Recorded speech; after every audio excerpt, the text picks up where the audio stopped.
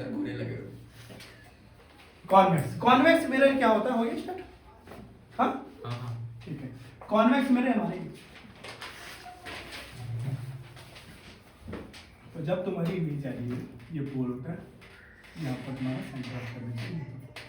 तो तुम्हारा इसमें एक दो ही केस है, बस एक ही केस होता है कि अगर तुम्हारी कोई भी ऑब्जेक्ट रखी हुई है, कहाँ पर, इन्फिनिटी और पोल के बीच में, यहाँ पर रख लो कोई इमेज, तो ये गई देखो सीधी जाएगी, रे कहाँ से दिखेगी, हो जाती हुई फोकस से पीछे की तरफ जाती है, लिखिए ठीक है।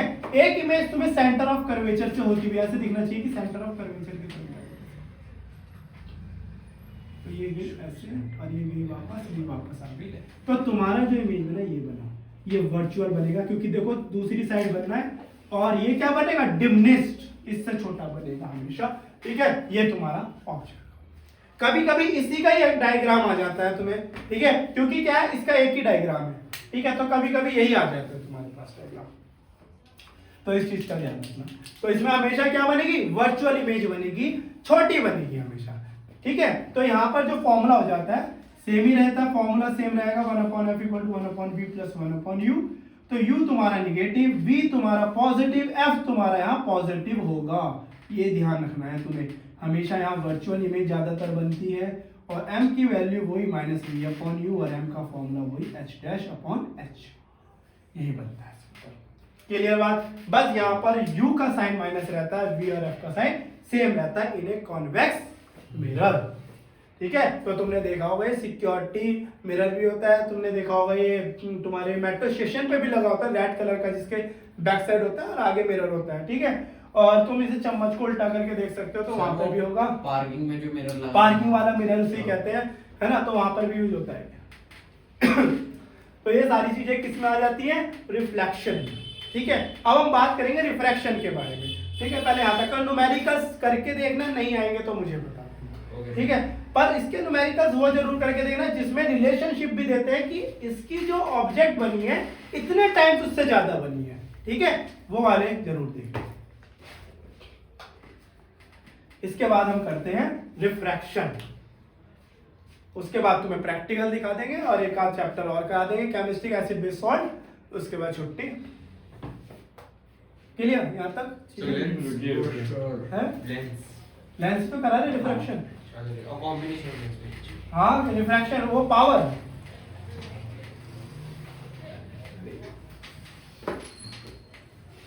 रिफ्रैक्शन देखो, रिफ्रैक्शन जो बना है, रिफ्रैक्शन में क्या होता है, मीडियम की बात होती है, एक मीडियम से जब दूसरे मीडियम में कोई लाइट रे जाती है उसे हम कहते हैं रिफ्रैक्शन।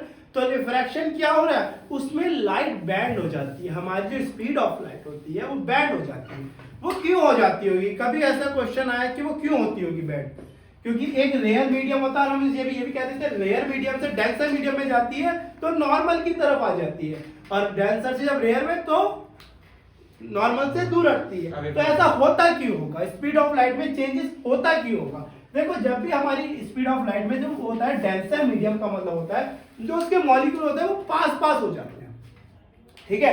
अगर मैं एयर से वाटर की बात करूं तो एयर इज ए गैस, तो गैस के मॉलिक्यूल्स तुमने पढ़ा है केमिस्ट्री में बहुत दूर दूर तक होते हैं, ठीक है, तो रे ऑफ लाइट आराम से जा सकते हैं स्पीड ऑफ लाइट। लेकिन अगर मैं लिक्विड से उसकी कंपेयर करूंगा तो लिक्विड के तो कम होते हैं, तो इसलिए उसकी क्या होगी, स्पीड ऑफ लाइट कम हो जाती है, तो जो बैंड हो जाती है उसकी तरफ। जैसे तुमने स्विमिंग पूल में देखा होगा, अगर पानी भरा है उसके अंदर तो तुम उसे जब देखते हो तो उसकी डेप्थ ऊपर की तरफ दिखाई देती है, या बाल्टी में जब पानी भरा होता है, या तुमने देखा होगा कोई स्टिक अगर पानी के अंदर पड़ी है तो तुम्हें ऐसा लगता है टूटी भी पड़ी है, मुड़ी भी पड़ी है, लेकिन वो होती नहीं, सब रिफ्रैक्शन होता है, हाँ रिफ्रैक्शन होता है वो, ठीक है। तो रिफ्रैक्शन क्या कहता है, रिफ्रैक्शन कहता है अगर कोई मीडियम ये है, एक मीडियम ये है और एक मीडियम ये है, अगर मैं यहाँ पर नॉर्मल बना लेता हूँ तो ये अगर एयर होगा और ये गिलास होगा, गिलास में भी क्या है सॉलिड है, तो इसके मॉलिक्यूल में पास रहते हैं, तो मेरी अगर ये ऐसे जा रही है तो ये जानी तो ऐसी चीज थी, लेकिन क्या होता है टेंसर में टुवर्ड्स द नॉर्मल बैंड होती है, towards the normal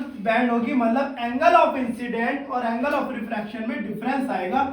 angle of incident क्या होगा, बड़ा होगा एंगल ऑफ रिफ्रैक्शन से, क्लियर बात। तो ये यहाँ पर होता है, जब ये डेंसर से लेयर की तरफ जाएगी तो यहीं पर होगा क्या, दूर हो जाएगी थोड़ी सी, ठीक है। अगर मैं इसकी आगे की तरफ बढ़ाने की बात करूं तो इनमें डिस्प्लेसमेंट होता है काफी बड़ा, तो इसे ही कहते हैं लेटरल डिस्प्लेसमेंट हो गया।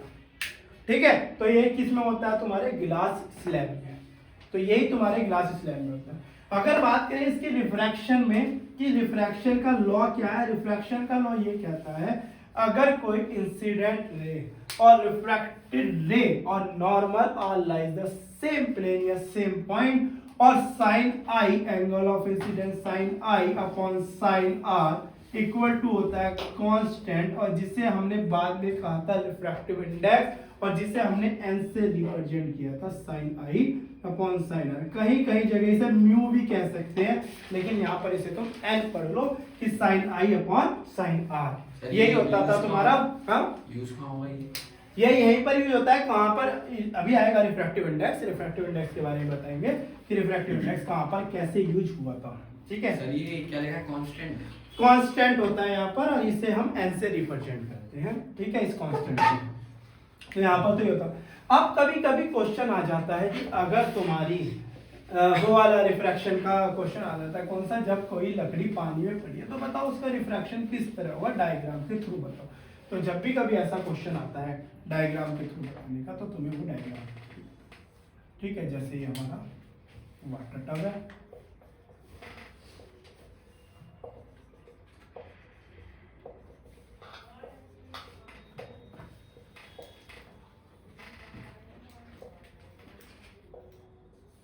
तो अगर हमारी कोई रॉड ऐसे पड़ी है, यहाँ से देख लो मीडियम स्टार्ट होगा तो यहाँ पे लाइन बना दी, तो एक रॉड ऐसे पानी की, ठीक है। तो जैसी कोई इंसिडेंट रे गई है, एक ये गई, एक, ठीक है, तो यहाँ से, तो ये अभी डेंसर से रेयर की तरफ जा रहा है तो अवे होगा, ये अवे होगा। तो अगर हम इसे पीछे की तरफ बढ़ाते हैं, कभी इसे पीछे की तरफ बढ़ाते हैं तो ये यहाँ पर दिखेगा, तो ये वाली चीज हमें ये दिखती है यहाँ पर, ठीक है। और यहाँ पर हमारी आइस होती है जो इसे देख रही है, तो ये हमारा क्या है, ये गया रिफ्रैक्टेड, ठीक है। तो ये हमारी अपीयरेंट होती है, ये पोजीशन हमें यहाँ पर दिखनी स्टार्ट हो जाती है, तो ऐसे दिखता है हमारा रिफ्रैक्शन। क्लियर? तो ये दिखता है हमारा क्या, रिफ्रैक्शन ऑफ।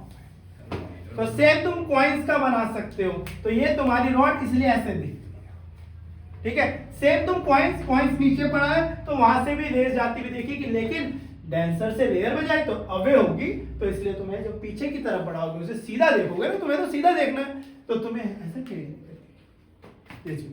तो कभी कभी क्वेश्चन आ जाता है ऐसे, ठीक है, कि रिफ्लेक्शन कैसे हो। ठीक है, अब जैसे हमने बात की थी रिफ्लेक्शन में मिरर के बारे में, यहाँ पर जो रिफ्रैक्शन होता है वो होता है लेंस में, जिसमें दोनों तरफ क्या है, दोनों मिरर को अगर मिला दोगे तो एक लेंस बन जाएगा, दो सरफेस में दोनों तरफ, ठीक है।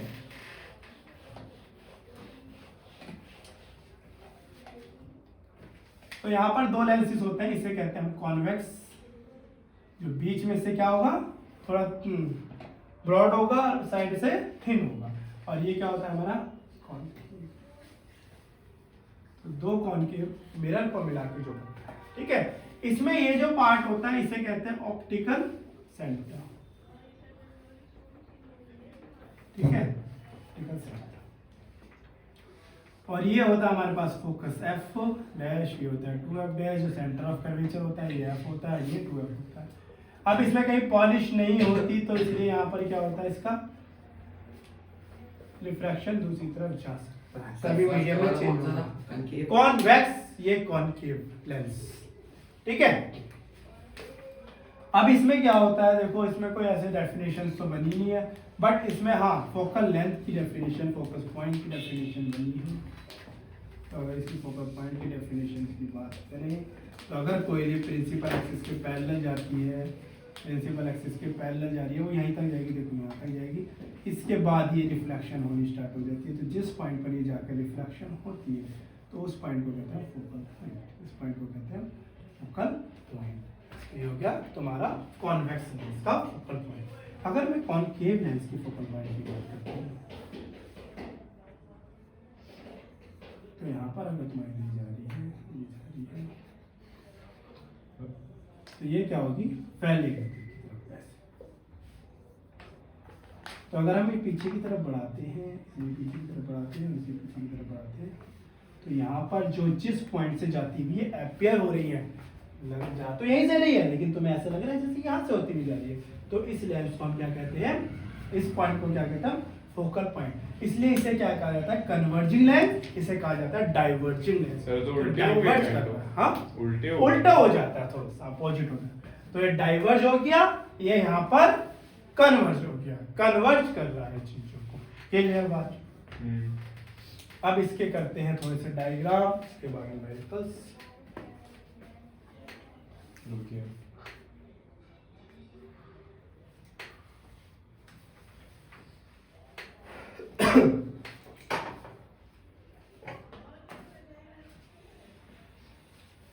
सेम इसके वही होंगे डायग्राम। जैसे हमारा कोई अगर कोई रे जा रही है तो कहाँ से जाएगी, फोकस से होती भी जाएगी। अगर कोई ऑप्टिकल सेंटर से जा रही है तो सीधी चली जाएगी। अगर कोई फोकस से होती भी जा रही है ये, तो ये पैरेलल हो जाएगी, प्रिंसिपल। ठीक है, ये इसके वो है प्रिंसिपल, जो इसके तुम्हारे रूल है। ठीक है, अब इसके अकॉर्डिंगली हम इसका डायग्राम।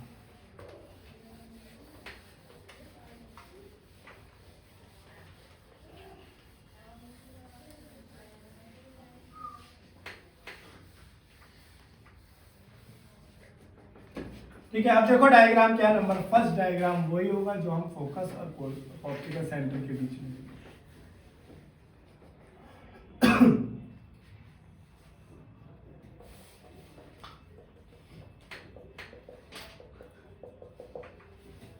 इसके ऑप्टिकल सेंटर और इसके यह सीधा और एक आंसर तो हो जाएगा। ठीक है, और एक जाएगा ऑप्टिकल सेंटर से तो सीधा जाएगा। सर ये केस 1 है। हाँ, तो ये सीधा जाएगा, लेकिन ये कहीं मिल नहीं रहा। तो अगर हम इसे पीछे की तरफ देखते हैं, सर इनके कोई यूजेस होते हैं? हाँ, तुम्हारी आंखों में जो लग रहा है इसका यूजेस हो रहा है। ठीक है, तो ये भी है। तो ये क्या बना रहा है, वर्चुअल। अगर यहाँ से कोई चीज को देखते हो, लेंस में छोटी सी चीज को बड़ी दिखती है, तो इसे कहते हैं हम वर्चुअल इमेज। वर्चुअल बनी है, रियल बनी है? सर रियल बनी, क्योंकि सेम पॉइंट पर रियल इरेक्ट बनी ना, वर्चुअल है। हाँ, और ये क्या बनी, पीछे बनी। सर ये पैरेलल है? हाँ, पैरेलल है या डाइवर्जिंग है? पैरेलल कौन सी? ये तो पैरेलल जा रही है, पीछे की तरफ बना रहा है, तो ये क्या बन गया, वर्चुअल और इन्वर्टेड बननी है ना, वर्चुअल और रेक्ट बननी है ना, सीधी सी। तो ये बन गई है, यहाँ पर है ए और यहाँ पर ए। ठीक है, सेम पोजीशन अगर यहाँ पर हम बात करें।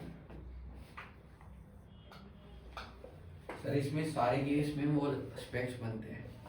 हाँ, स्पेक्स नहीं, लेंस से ही है। हाँ वही तो लगते हैं। फोकस से गया, अरे ऑप्टिकल सेंटर से जाएगा सीधा पैरेलल। पैरेलल जाएगा, यहाँ पर भी क्या होगा तुम्हारे पास, real and inverted. Other side बनना है तो ये भी पैरेलल है? पैरेलल ही जाती है वाली, पीछे की तरफ ले जाओगे कभी नहीं। ठीक है, तो हमेशा इन्वर्टेड बनेगा यहाँ पर।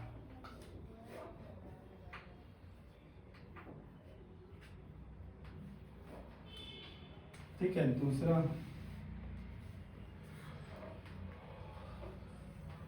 अगर ये एफ डैश है, ये 2f डैश है, अब यहाँ पे रख दो, ये गया सीधा, ये एफ से होता हो जाएगा और ये तुम्हारा फोकल पॉइंट से होता हो जाएगा। तो यहाँ पर बनेगा A dash B dash, A B inverted बनना उधर जाएगा।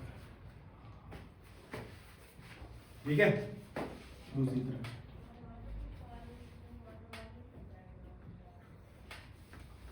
एफ डैश और एफ के बीच में बनेगा एफ, और एफ है यहाँ सेम साइज जो हम बनाते हैं, सेम साइज बनेगा, यहीं पर आएगा, यहीं पर आएगा, यहाँ पर सेम साइज 2f से लिया तो 2f पर ही बनेगा। सेम साइज यहाँ पर f की वैल्यू 1 होगी। ठीक है, तो इस तरह तुम्हारे डायग्राम बन जाएंगे, तुम्हारे फिगर बनेंगे यहाँ पर। ठीक है, यस सर। तो ये सारी चीजें होंगी और इनके रिजल्ट इसी के अकॉर्डिंग लिखेंगे। वही चीज होती है यहाँ पर, अगर तुम यहाँ से ऑप्टिकल सेंटर से ये 3 सेंटीमीटर पर ले रहे हो तो ये 6 सेंटीमीटर पर, ये 3 है तो ये 6 सेंटीमीटर पर, ठीक है। Formula 1/f equal to 1/v minus 1/u होता है। f की वैल्यू यहाँ पर पॉजिटिव होगी, v की वैल्यू यहाँ पर पॉजिटिव होगी, ज्यादातर वैसे निगेटिव भी होगी जब तुम्हारा वर्चुअल बनेगा। यहाँ पर जब रियल बनना है तो यहाँ पर पॉजिटिव आती है, ठीक है। और u की वैल्यू तो निगेटिव रहती है क्योंकि लेफ्ट साइड में होता है, ठीक है। हमारा फॉर्मूला m का बनेगा यहाँ पर v/u और दूसरा फॉर्मूला बनेगा h'/h। पूरा कोई माइनस का साइन नहीं लगेगा तो यहाँ पर ये सेम तुम्हारे फॉर्मूले करने के तरीके, सेम तुम्हारे क्वेश्चंस करने का तरीका सेम रहेगा, सेम रहेगा, ठीक है, दोनों का तरीका यहाँ पर, ठीक है। यहाँ पर वही मैग्निफिकेशन के थ्रू तुम उसके नेचर के बारे में पता लगा सकते हो, ये सारी चीज के बारे में पता लगा सकते हो। अगर हम कॉन्वेक्स की बात करें, कॉन्वेक्स तो हो गया, अब कॉनकेव की बात करते हैं।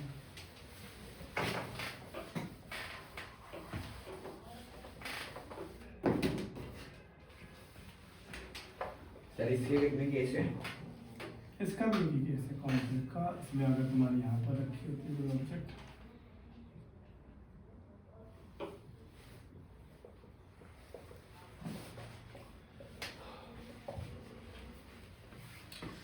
ऑब्जेक्ट लगा लो यहाँ पर रखी है तो ये सीधी जाएगी, ये फोकस से जाएगी, लेकिन ऐसे एक जाएगा ऑप्टिकल सेंटर की तरफ जाएगी, तो ये यहाँ पर बनेगा डिमिनिश्ड, ठीक है। डिमिनिश्ड बनेगा, छोटा सा बनेगा, यहाँ पर u माइनस वी बी माइनस और एफ बी माइनस, ये ध्यान रखना है। u v और f माइनस ही होते हैं और m हमेशा छोटा ही आएगा, लेस देन 1, क्योंकि ये डिमिनिश्ड बनेगा। ये दूसरी लाइन कहाँ से जा रही है? दूसरी लाइन ऑप्टिकल सेंटर सीधी चली जाती है। केस पहली लाइन पैरेलल जा रही है और प्रिंसिपल एक्सिस फोकस छोड़ दी जाएगी, ठीक है। तो इसमें तुम्हारा ये केस बनेगा, सेम फॉर्मूला लगेगा, सेम सारी चीजें लगेंगी, बस साइन चेंज हो जाएंगे यहाँ पर, ठीक है। अब इसके बीच में बात हो रही थी रिफ्रैक्टिव इंडेक्स के बारे में। रिफ्रैक्टिव इंडेक्स क्या होता है, ठीक है, इन सब के बीच में हमने बात की है रिफ्रैक्टिव इंडेक्स।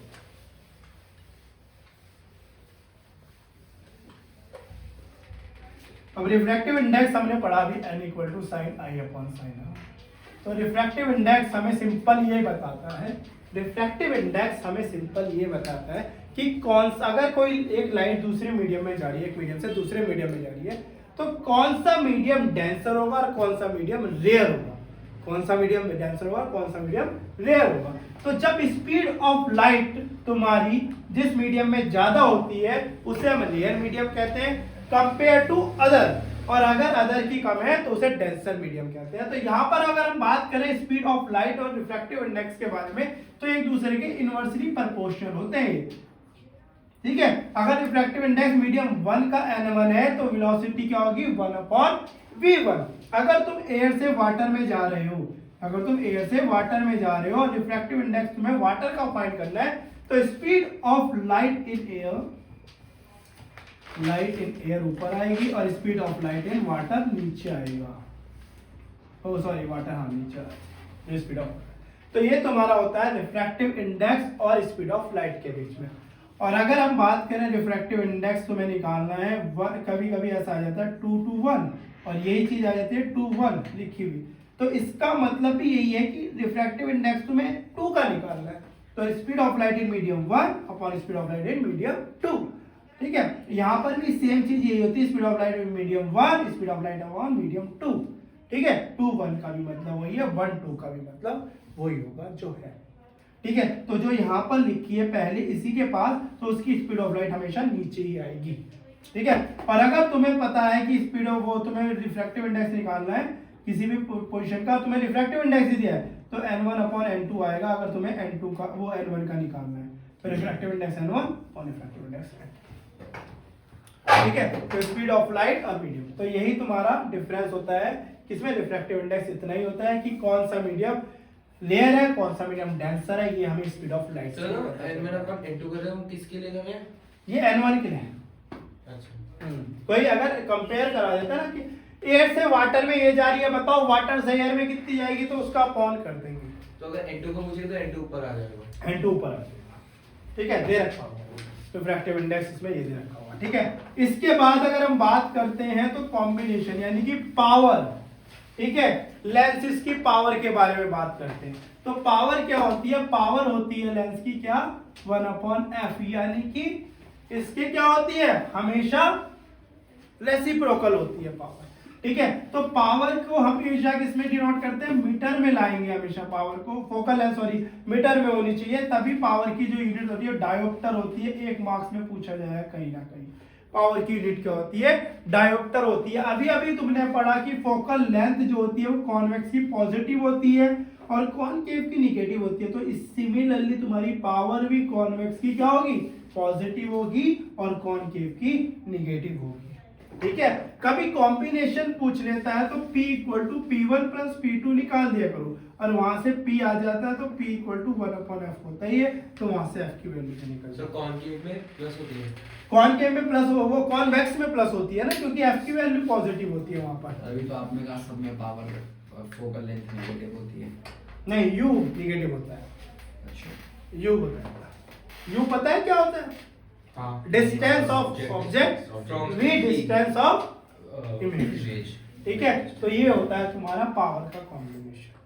तो यहाँ तक क्लियर हुआ, तुम्हारा लाइट चैप्टर खत्म, यहाँ पर तुम्हारी खत्म, ठीक है। V क्या होता लाइट है, object distance, V image distance होती है, U ऑब्जेक्ट डिस्टेंस होती है।